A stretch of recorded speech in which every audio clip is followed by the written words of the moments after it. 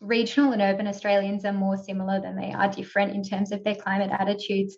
You know, when we ask about Australia's economic recovery, we see that 64% of urban Australians would like it to be powered by renewable energy, and 61% of regional Australians would as well. One for mum, one for dad, and one for the country. And there has never been a more exciting time to be an Australian. Budgets are about choices, Fran, and you show what you value through the choices you make. Dead, buried, cremated. This is coal. Don't be afraid. Don't be scared. Australia's basically done for. We'll just end up being a third-rate economy. You know, a banana republic. How good is Australia? Just follow the money. G'day and welcome to Follow the Money, the Australia Institute's podcast demystifying the big economic issues in Australia and putting them in plain English. I'm Ebony Bennett, Deputy Director at the Australia Institute, and today we're going to be talking about the Australia Institute's annual Climate of the Nation report. It's the country's longest running survey of community attitudes towards climate change. And this year, Climate of the Nation explored attitudes towards fossil fuel subsidies, the appetite that Australian households have for electrifying everything in our homes, as well as support for a net zero emissions target and bigger 2030 targets, as we're just weeks out now from the Glasgow COP26 Climate Summit. For more on that new report from the Australia Institute showing that concern for climate change is at an all-time high. 3/4 of Aussies, the highest proportion yet, are concerned about climate change. A national survey confirming climate change is far from a fringe issue. The Prime Minister has flagged he'll update Australia's climate targets before COP26. It's going to be a big week in Canberra as the Prime Minister tries to lock in a plan for net zero emissions with the National Party. Barnaby Joyce concedes Scott Morrison could go to Glasgow promising net zero emissions without the backing of the coalitions. But the clock's ticking, as you know. The Prime Minister jets off to Glasgow effectively at the end of next week. He cannot go there, can he, feasibly, without having Australia sign up to a 2050 target? Right now, it's a no. The global economy is changing as the world responds to climate change. On my left. It's not about anybody being held to ransom or grandstanding. This could get a little bit ugly. We need targets for 2030, not 2050. And today I'm delighted to introduce Richie Merzian, the Climate and Energy Program Director at the Australia Institute, and Audrey Quick, Climate and Energy Researcher at the Institute and author of Climate of the Nation. G'day, Richie and Audrey. Thanks for joining us. Pleasure. Hi, Ebony. Richie, before we get stuck into Climate of the Nation, obviously anyone who follows climate politics was waiting on tenterhooks to see the outcome from the Nationals joint party room discussion on the weekend. Has the Nationals party realised yet that they've been in government for the past 7 years? Are we still waiting on an outcome there? They are the proverbial uni student that had 6 months for their coursework, and then the night before is like, crap. There's no way I could possibly finish it. This is so unfair. The cryptic art of trying to come to a consensus position, and you don't do that at 4 hours on a Sunday night. And now we're still waiting. We're doing what Australia does best, which is waiting to do very little on climate change. Yeah, just delaying, putting it off till some future moment. We're less than 2 weeks from COP26, the largest climate meeting since the Paris Agreement. This is the same government that's been in power since the Paris Agreement, and all it wants to do right now is what it took to the Paris Agreement. So it's all quite disappointing. Hopefully things move, but net zero by 2050 would be the bare minimum, if that. Yeah. Thanks for that disappointing update, Richie, and we'll keep everyone posted. But Audrey, to talk about the actual Climate of the Nation report and its findings, obviously it's a huge survey. We do it every year. It's been running for many, many years. What are some of the key findings from this year's report? Yeah, so you're right. It is a really important report, and it's predominantly a tracking poll, so it allows us to see how attitudes to climate change have changed over time. But then we also put in new questions each year so we can see these really relevant questions. And look, this year, I think one of the big things that we see is just the concern about climate change. 75% of Australians are concerned about climate change, and that has just steadily been increasing year upon year. But then within that, we also see that the percentage who say they're very concerned has also been increasing. So that concern's intensifying. Look, there's lots of headline figures from this year's report. We see that Australians really back policies to decarbonise and to address climate change. So 82% of Australians support a phase out of coal-fired power stations. 79% of Australians rank solar in their top 3 preferred energy sources. 74% of Australians support state governments putting in place incentives for more renewable energy. I could go on, but I'm sure we'll, tap into some of those findings a little bit further on as well. Yeah, so overall, quite strong concern about climate and a lot of strong support, overwhelming support for policies to decarbonise. Absolutely. There's been a bunch of polls. We saw one this week, the Climate of the Nation survey, which is, one of maybe the biggest annual climate poll that we have in Australia, and it said 75% of Australians, a new high, are concerned about climate change, and similar sorts of numbers want to see action. The poison that's been injected into the body politic as a consequence of the last 10 years is going to take time to leach from the body. You can't just sort of snap your fingers and recover from that. It's going to take some time. And the problem we've had, you referred earlier, Adam, to the succession of polls, including Climate of the Nation, which is the most authoritative long-term climate poll in the country, showing these large, supermajorities basically in favour, people concerned, people in favour of action. But the thing is, there is still, say, 30% of the country that is not in favour of action, does not accept the science, does not, just thinks this is all bullshit. Audrey, I want to dig in, as you've said, to some of those results. And the first one I wanted to ask about was the section around electrifying everything. That is this idea that we've got to move off, gas-fired stoves, gas-fired heating in our homes, convert to, solar hot water, all of those types of things, just electrifying everything that we possibly can, because we know we can get to 100% renewables in the electricity sector. What did Climate of the Nation show about the appetite for households making that kind of conversion? Yeah, so what we see in the results is just that there is this strong willingness to electrify your homes and to electrify your vehicles. So we break this down sort of into 3 sections. We asked respondents whether they would consider switching to electric stoves, electric ovens, hot water and home heating. And we see that an overwhelming majority absolutely would consider these things. There is a small portion that would need financial incentives to do so. But overall, we just see this really strong willingness. People are prepared to do this. They're prepared to electrify. And then we also see the same for electric vehicles as well. So a majority of respondents would consider purchasing an electric vehicle next time they're in the market to buy a car. But with EVs, we see that those financial incentives are a bit more of a driver here. So they are really important when it comes to EVs. We also dug down a little bit deeper into EV policy particularly.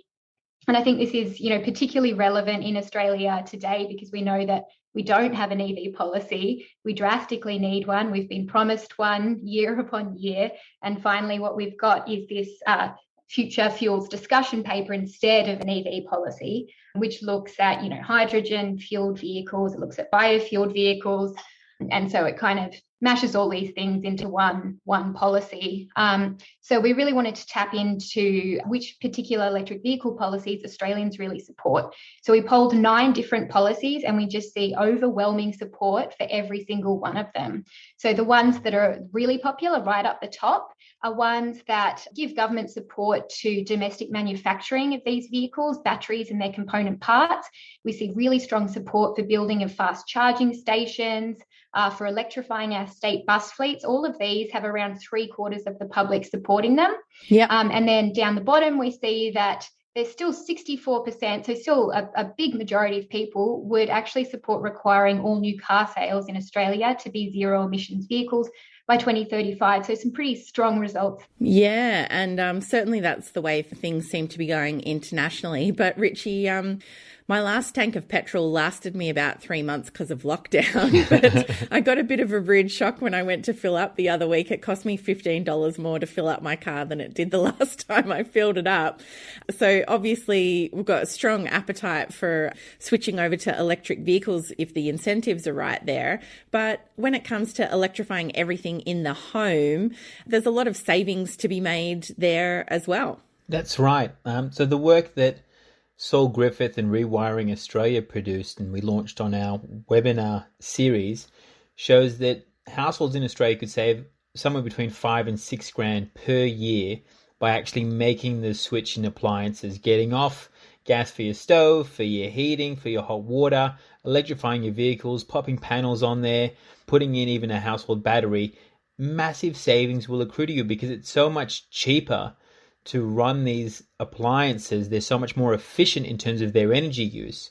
And when you break it down, electricity and vehicle energy and gas use at home, that's about 33% of Australia's national emissions right there. So by electrifying that with clean energy, it's just a huge chunk that we can green up immediately. And people want to. They want to take that action. Audrey's stats show that 7 out of 10 want to do this. Of those, around a third would like incentives, and that's the role governments can play. And when we had the Victorian Energy Minister on board, she was talking about their gas substitution plan. They're looking at rolling this out. We know Matt Keane, the New South Wales Energy Minister, is looking at the same kind of approach too. So it's popular across the political spectrum as well. Ebony, when you talk about those household savings, I think this is one of those reasons that we see such broad support for these policies, because we also ask in Climate of the Nation what people perceive as the biggest benefits of electrification.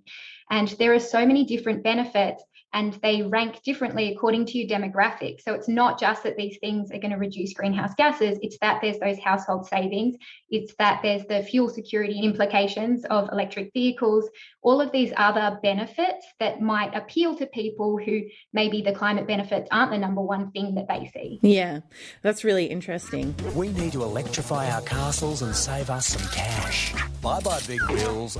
Buongiorno fancy French wine. Electrify your rooftops, utes, and the way you cook your spag bowl. It can even save our future. So do it for the money and do it for our kids. Electrify your castle. Electrify everything. And it did make me think about here in the glorious People's Republic of the ACT, you know, I've just moved into a new apartment here. There's no gas connections in this whole apartment building, and that was, you know, a feature, part of the reason why I bought it. That's great. And it's unique. It's unique in Australia. There's still obligations on developers to put in gas in a number of states. Hopefully we'll see more of this de-linked as we electrify. Yeah. Audrey, I wanted to ask next about fossil fuel subsidies. Obviously, Australia's supposed to be in the middle of a gas-fired recovery. Not that we really are. We're certainly giving money hand over fist to gas and coal companies, though. You looked at Australia's attitudes towards subsidies for fossil fuels. What did the results show this year? Yeah, well, firstly, you mentioned the gas-fired recovery there, and we do poll that particular question. So we ask respondents whether they would prefer Australia's recovery from COVID, that economic recovery, to be primarily powered by investment in gas or renewables.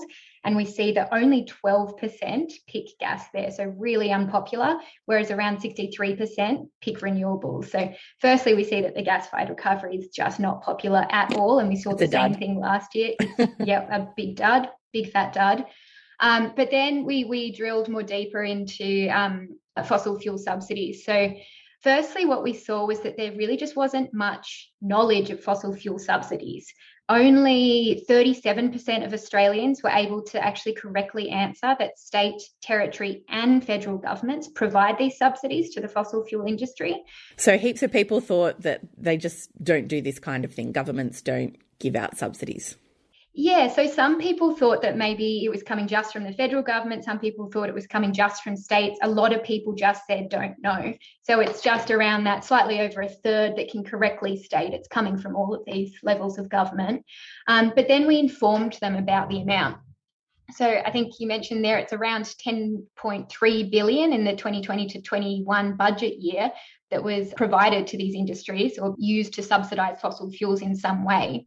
So when respondents were informed of this, we saw that twice as many opposed that amount than supported it. So again, really not popular. 57% of Australians opposed that amount of fossil fuel subsidies. And the more they know about it, the more they oppose it. Richie, obviously there's a huge number of people there that just aren't aware of the level or the scope of fossil fuel subsidies. But another thing that shocked me was basically how huge Australians think the gas and coal industry are, how many people it's supposed to employ, how much it contributes to GDP. And it's just completely disconnected from reality. I guess it shows how good their lobbyists and PR firms are. But did that shock you? Yeah, decades and decades of very strong marketing and state capture have paid off. It's a good investment fossil fuel industry. I mean, yeah, it has, because the numbers seem to have been getting worse between last year and this year in terms of the amount of people who thought the gas industry employed, what was it like, something like 46 times as many people. And that the income from the gas industry was 55 times what they actually bring in.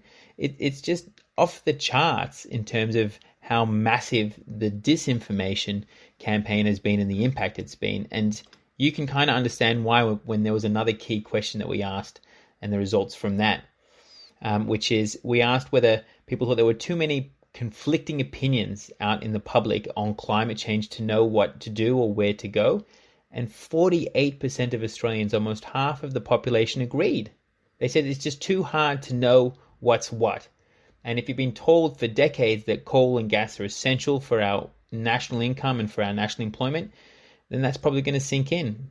An Australia Institute report says Australia has already spent $10.3 billion of taxpayers' money on fossil fuel subsidies. The Australia Institute shows that over $10 billion in government subsidies were given to coal, oil and gas companies and other major users of fossil fuels. I just want to stick with that gap between reality and perceptions for a minute, because I think it is worth underlying. When it comes to gas and oil industry and the share of employment, most Australians think that it employs about 1 in 10 workers in the workforce, when in reality it's 0.2% of the workforce, so way less than half of one person in 100 is the reality. So there's just a huge gap there, and they think it provides about 11% of GDP, and it's only around 3% of GDP. I mean, just the gap is so enormous. Absolutely. And when you look at that by demographics as well, it doesn't really change much. It's everyone that overestimates the role of the coal and gas industry, both in terms of employment and in terms of their contribution to GDP. It's all age groups, it's all genders, no matter which state you're from, no matter how much you care about climate change as well. So even if you're someone that is backing all of these other policies on climate change and has said that you're quite concerned about climate change, you're still quite likely to overestimate the value of these industries. Yeah, well, it's horrifying, but huge congratulations to the gas and coal industry on their successful lobbying effort. That probably makes them the most effective lobbyists and PR people in the country, I'd imagine. Audrey, the next thing I wanted to ask about was 2030 targets and net zero by 2050. Obviously, that's where the Australian debate is right at the moment. We've seen a lot of other countries commit to much more ambitious targets. What do Australians think about 2030 and net zero by 2050? Yeah, so we ask a question about setting targets. We ask, should Australia set targets and implement domestic action to help limit global warming to 1.5 to 2 degrees and achieve net zero emissions? And we see that 69% of Australians agree. And just to be clear, that's not necessarily net zero emissions by 2050. That could be much sooner. And we see that the vast majority of Australians support that, and only 10% disagree with that one. And then we also see that over 50% of Australians want a more ambitious 2030 target. Richie, a lot of other countries have raised their ambition. The Prime Minister appears to have ruled out lifting our 2030 target. Is that where we're at the moment? Yeah, basically Australia's already failed. The whole purpose of Glasgow is to increase your short-term target. to update it from what you announced prior to Paris because we're failing. We're failing to collectively limit global warming to 1.5 degrees. So the US has pretty much doubled. They will halve their emissions by 2030. The UK drop it by 68%, the EU 55%, Japan 46%. All our allies, all the G7 countries have upped their short-term impact. And then without even landing on a broad plan, the Prime Minister and the Deputy Prime Minister have ruled out increasing that target. What they might come forward with is an increase in the projection. So basically saying we will meet and beat our target, but we won't actually be accountable to doing so, just in case something changes. But a projection or an expectation is not a target. Yeah, and it seems odd that they'll be trumpeting this idea that we can beat it, but they're not really willing to back it with a subsequent lift in the actual target. Yeah, it's like your mate that says, "Oh yeah, I could totally lift those weights." Yeah, I totally could. I'm not going to, but I could. Easily. I don't want to show off. Yeah, I don't want to show off. This government is trying to cheat on climate action again. Their plan for net zero emissions by 2050 is a fraud. If gas and coal are allowed to expand, the government is plotted to double coal exports, open vast new gas fields, and prop up coal-generated power. Unless they halt dirty fossil fuels and power our nation with clean electricity, their net zero plan is worthless. Demand the government phase out gas and coal. Net zero by 2050. The Australia Institute is running a big ad campaign at the moment because basically we are expecting that the Morrison government is going to make some kind of commitment around net zero by 2050. But at the same time, they're expanding the gas and coal industry. Are those two things compatible? No, you can't have your cake and eat it too. Right, net zero by 2050 is a fraud if fossil fuels flourish. And right now the Australian government is pursuing 3 massive new gas basins in Queensland, in the NT, in WA, that in aggregate, the full carbon footprint is about 2/3 Australia's national emissions. I mean, there's 20 new coal mine proposals in New South Wales alone. Like, you can't have it both ways. Fossil fuel expansion and net zero do not go together, and that's clearly what the International Energy Agency explained when it put forward a pathway that actually limits global warming to 1.5 degrees. And we asked punters, should we adopt this pathway? And 60% of Australians came back and said, yes, we want a pathway that doesn't have new coal, oil or gas. And even if you split it up between regional Australians and those in the capital cities, 58% in the region say that yes, we should have a halt on new coal, oil and gas, because that's what a legitimate, credible pathway to net zero by 2050 requires. And it strikes me, as much as we're dragging on the Nationals here, and they certainly deserve it, I mean, at the state level, Matt Keane has been incredibly positive and open about the opportunities that there are for regional Australians by making this transition, but we just don't see any of that reflected federally. No, it's kind of otherworldly. Yes, New South Wales will have emissions by 2030. That's what they project, and then they go that step further and they actually lock it into a target. And if you ask, Matt Keane why, he'll basically say it's because it's clearly in our state interest, and the ones who will benefit are those in the regions, because the $30-odd billion that'll flow into the New South Wales economy to invest in that new development will go into the regional areas. That's where you're going to build these huge renewable energy zones. It's not in the cities. And it seems like the New South Wales Nationals understand that. Of course, rural and regional Australia will pay the price for unchecked climate change through droughts, falling farm productivity, falling farm profits, natural disasters, and is the beneficiary of proper policy on climate change. These are the regions, Fran, that will continue to power Australia under a renewable economy and export renewable energy. That's for climate. See, this will have really little effect in the urban area, in the capital cities. You guys really don't get affected by these decisions. We do. And to be quite frank, your emissions keep going up and ours go down. That's how you're meeting your targets. But if there was a package that was really that created massive changes in how people live their lives in Sydney, this would never see daylight. Oh, look, just to reiterate that urban regional divide, we just don't see it in the results. We keep hearing about it in the media, but then when you split our data into those two cohorts, you just see that regional and urban Australians are more similar than they are different in terms of their climate attitudes. You know, when we ask about Australia's economic recovery, we see that 64% of urban Australians would like it to be powered by renewable energy, and 61% of regional Australians would as well. We see that regional Australians are actually more likely to oppose those fossil fuel subsidies we were talking about. So really, there isn't this divide that we keep hearing about.